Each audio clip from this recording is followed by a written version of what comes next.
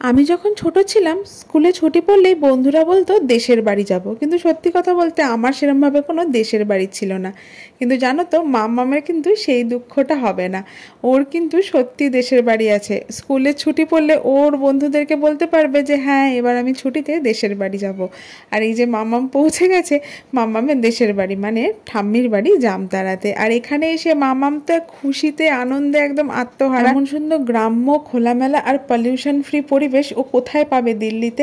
আর এখানে তো সব জায়গায় এতটাই চওড়া চওড়া রাস্তাঘাট রয়েছে আর গাছগাছালি রয়েছে যে সব সময়তে ওর বাবার হাত ধরে দৌড়ে বেড়াচ্ছে। এসে দেখছি মাম্মাম ওর বাবাকে টেনে টেনে এদিক ওদিক ঘোরাতে নিয়ে যাচ্ছে। কি যে অবস্থা কি বলবো। আর এই দেখো করবী ফুল কি সুন্দর। এবারে মাম্মাম টায়ার্ড হয়ে ঘুমিয়ে পড়েছে। আর বিকেলবেলাতে আমরা আবার গেছিলাম একটু মাম্মামের জুতো কিনতে, যাতে এই বর্ষার ওয়েদারে জুতোটা পরে ও ভালোভাবে হাঁটতে পারে। আজ তবে আসি, দেখা হবে আবার কাল নতুন ভিডিওতে।